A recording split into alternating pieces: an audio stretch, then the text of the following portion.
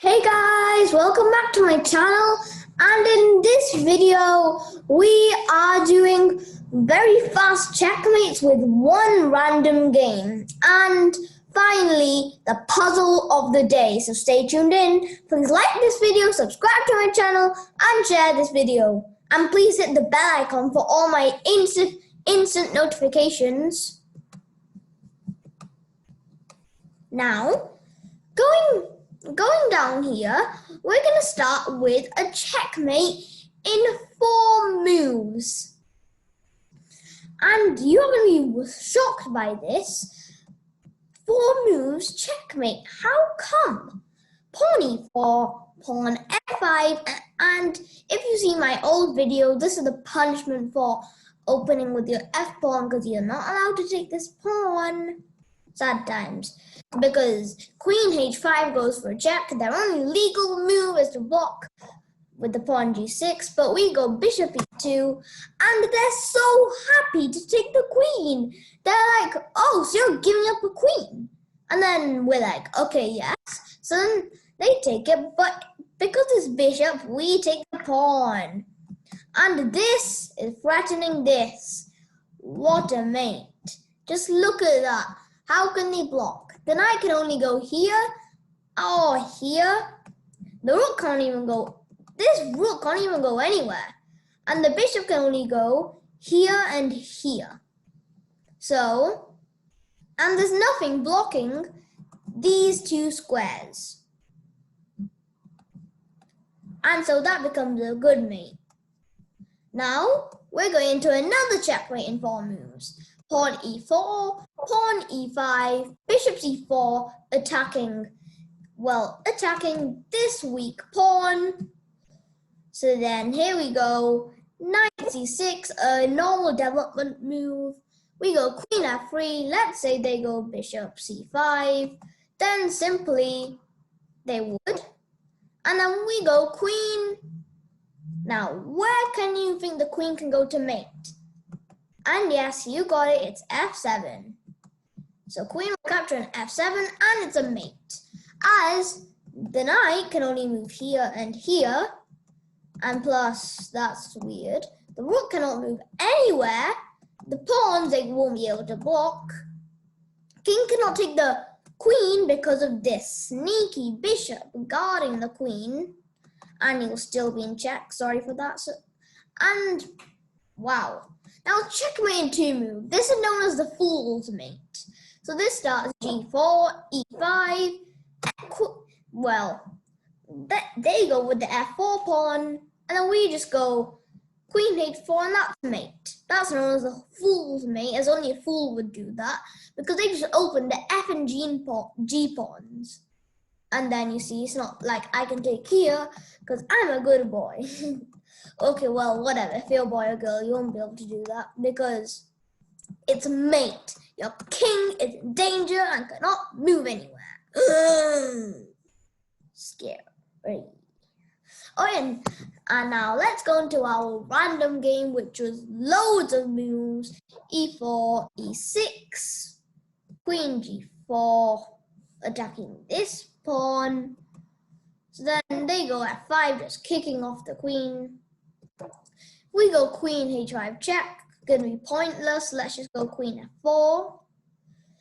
If you even know why it's pointless, because let's say they go queen h5 check, there's not gonna be an f pawn open. It's not gonna be a checkmate for the f pawn because the king can just go here, sneaky peeky, and then that'll take a long time.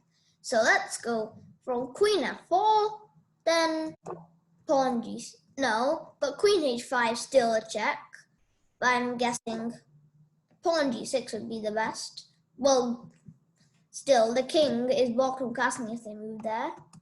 So then simply, we just take on h7, and obviously they'll just take on h7. So then bishop b5, pinning this pawn as the bishop can see the king otherwise. And then here we go. So knight a6, the bishop won't take, but we just go knight f3, blocking the pawn from advancing forwards because then the knight will simply take. So this pawn cannot go here. which is why it's good.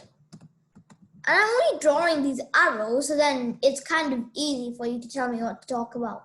So then knight b4, knight e5. They don't realize this, but they take on c2, and it's a fork. The knight is attacking the rook, and is also attacking the king, and the king is stopped from castling. But who said that that wouldn't work? Because this knight and the king and the rook, and so this rook is gone out of the board. So I'm guessing out of the board is like here, sometimes, but not. Because the rook won't be able to go there at the moment. So then king d1, stop from castling. Then obviously the knight will take. What else would it do? So then we just go in d7 plus. Like, well, the queen can't take. Otherwise the queen is gone. This queen. The bishop can't take, otherwise the bishop's gone, and then the knight's gone because this knight is getting it. And the king can't take because otherwise it's in check. So it only has one move, and that is king e7. If the king had to move, it would only be one move. And the king is stopped from castling. And that's your payback, opponent. Ha ha ha. So when we take on g6, check, that's a fork. So, and look, it's the fork of the king. And this is the fork of the bishop. And sad times, the bishop's gone. So then they go king f7. We take on e6, check. Then they go king g7. I do not know why they took this bishop. Well, I'm going to skip this for now. And now they just obviously took. So then king goes h8, going to a corner. So then we take on f5, attacking this rook here. So then they're going to go to h5, but sometimes that won't work with knight g6 check. So then they go king h7, so then we go, and then we take on c8 to say goodbye to the bishop. And then they go getting prepared to take this knight. So then we just go bishop f5, protecting the knight, but then instead of it just went king h7, so we just go knight e7 check. Why did the queen not take? I have no clue. Or the knight. So then the knight's gone. And then obviously, the king will take. So now we go bishop e6 check. So then they go king h7. And then here we go. We go f4. And so they go king g7. Well, now we go d3, defending that pawn, so it's not hanging anymore. I'm not going to teach you what hanging pieces are. See, they're just protecting each other.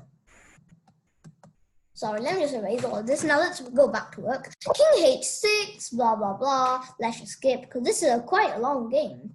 And this is the 28th move for black. Queen goes to b8.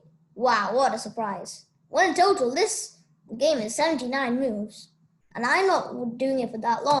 Bishop e5 check, and the king did not take, sad times. So then we just take on h5, goodbye to the rook. Even if they took the bishop, the rook is gone. So, and now I'm just going to skip this down to here, where white has a solid advantage of winning. So then we go d4. So then the king goes e7, avoiding the check if the pawn went here. Because let's say this king goes here, and then this pawn could go here, and the pawn is simply just protecting that. So then, there you go. What a move, anyways. No, sorry. Just rubbish. I was not meaning to do that move. Then they go rook c8, attacking the knight. Then we just go d5. Then they take on c7 check, and their first check in the whole game in just 41 moves. So we go king d3. So then they go rook c4. I have no clue why they did, but we just take the rook. There is no way that their pawns will be able to promote all the way down here. Because sadly, then their pawns will simply get captured on the way by these pawns. So sad times they're not going to be able to get to these two squares. So no queens for them. And now they go king d7, so we go pawn e5 preparing for that check. Remember this pawn supporting, what am I doing today? This pawn supporting here, this square, when the pawn goes here, so then it's a check on this king. And then here we go. King c8, we're just halfway through the game now, just skip until here, g4. And now this is the part where they can just get a queen, because king b5, g5, king c6, g6, and then blah, blah, blah. Let's just go to when it's on down here, and then king takes on g7. So we go king e4, so they go king f6 as they cannot move down to this square. So then we go f4, so they go g7, then we go g5, and this is where like king e7, and this is basically like how to promote the pawn, this pawn, and then it's like we go h8. I got a queen! Woohoo! So then king e6. Sadly, you're not escaping because we can go queen a8, which stops him from going on all these squares. So then he'll have to go in the black squares. Just look at that. How many I could draw on the board. And so this stops the king from moving into all of these squares.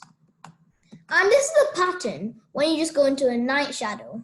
Literally, all these squares are blocked from the king to being moved. All of them, which is why it's a good move, you see? So then the king will have to go, this king will have to go in every square except for the ones that are highlighted. So let's just go to c7, and then this is near the game ending, and then blah, blah, blah. Because you already know the checkmate. And then f7 makes a stalemate, so we don't like that move. So instead of f7, we just go queen g7 and it's mate, as king cannot go here, here, or here, because this beautiful king protecting these squares and the queen checking the king and protecting these squares. Ha, what a pattern. Now, how annoying. Well, we're not going to do this chapter, but it's time for the end of the day, so not really day, because this is only like 15 minutes, and that was the puzzle of the day. So I just made random stuff. So now, can you guess the move? Can you guess the move for mate? Put it in the comments, and if you ever do get if you get it correct, then I'll pin your comment at the top. So find the best move for white. So it could be the rook moving, even the king moving, because this is where the king can move. Either it could be, well, these three squares are not allowed, so we're gonna take them off. He could go here, here. Well, kings can't go next to each other, so it could be one of these moves. Or these. Okay, I'm not gonna tell you all the moves, I'm giving it away, blah, blah, blah. Okay, so now, well, I'm just gonna press all of these stuff. Well, black had just moved. Now, for a clue, make sure that the king cannot go on this full column and is in check. So, there you go. Thank you for watching this video. Please like this video, subscribe to my channel, and share this video. Bye!